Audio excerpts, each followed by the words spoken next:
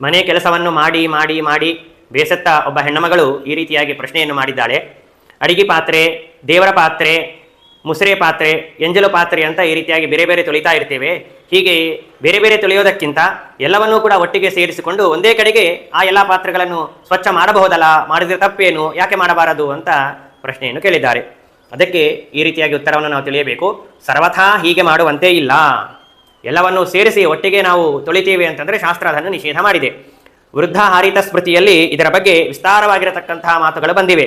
ಅದರಲ್ಲಿ ಪ್ರಧಾನವಾಗಿರುವಂತಹ ಒಂದು ಮಾತೇನು ಅಂತಂದರೆ, ನಾನ್ಯೋನ್ಯಂ ಸಂಕರಂ ಕುರ್ಯಾತ್ ಭಾಂಡಾನಾಂ ಸರ್ವಕರ್ಮಸು ಅಂತ ಹೇಳಿದ್ದಾರೆ. ಅಂದರೆ ಶೌಚಕ್ಕೆ ಬಳಸುವಂತಹ ಪಾತ್ರೆ ಬೇರೆ, ಅಡಿಗೆಗೆ ಬಳಸುವಂತಹ ಪಾತ್ರೆ ಬೇರೆ, ಊಟಕ್ಕೆ ಬಳಸುವಂತಹ ಪಾತ್ರೆ ಬೇರೆ, ದೇವರ ಪೂಜೆಗೆ ಬಳಸುವಂತಹ ಪಾತ್ರೆ ಬೇರೆ, ಹೊರಗೆ ಹೋಗಿ ಪದಾರ್ಥಗಳನ್ನು ತರಲಿಕ್ಕೆ ಉಪಯೋಗಿಸುವಂತಹ ಪಾತ್ರೆಗಳು ಬೇರೆ. ಹೀಗೆ ಬೇರೆ ಬೇರೆ ಪಾತ್ರೆಗಳನ್ನು ಇಟ್ಟಿರಬೇಕು.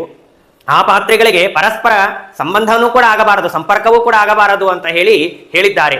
ಒಂದು ವೇಳೆ ಆ ಎಲ್ಲ ಪಾತ್ರೆಗಳಿಗೆ ಸಂಪರ್ಕ ಅಂತ ಅನ್ನೋದು ಆಯಿತು ಅಂತಂದ್ರೆ, ಒಂದು ಪಾತ್ರೆ ಇನ್ನೊಂದು ಪಾತ್ರೆಗೆ ಸಂಪರ್ಕವಾದರೆ ಅಗ್ನಿಯಿಂದ ಶುದ್ಧಿ ಮಾಡಬೇಕು ಅಂತ ಹೇಳಿದ್ದಾರೆ, ಅಥವಾ ಗೋಮಯದಿಂದ ಶುದ್ಧಿಯನ್ನು ಮಾಡಬೇಕು ಅಂತ ತಿಳಿಸಿಕೊಟ್ಟಿದ್ದಾರೆ. ಅಂದ್ರೆ ಒಂದು ಪಾತ್ರೆ ಇನ್ನೊಂದು ಪಾತ್ರೆಗೆ ಸ್ಪರ್ಶವೇ ಆಗಬಾರದು ಅಂತೇಳಿ ನಿಷೇಧ ಮಾಡಿದಾಗ ಅಂತಹದ್ದನ್ನು ಎಲ್ಲಾ ಪಾತ್ರೆಗಳನ್ನು ಒಟ್ಟಿಗೆ ಸೇರಿಸಿ ನಾವು ತೊಳಿತೇವೆ, ಅನಂತರದಲ್ಲಿ ಅದನ್ನು ಮತ್ತೆ ಬಳಸಿಕೊಳ್ಳುತ್ತೇವೆ ಅಂತ ಹೇಳೋದು ಹಾಸ್ಯಾಸ್ಪದವಾಗಿರತಕ್ಕಂತಹ ಮಾತು. ಅದರಿಂದ ಸರ್ವತಾ ಹಾಗೆ ಮಾಡುವಂತೆ ಇಲ್ಲ.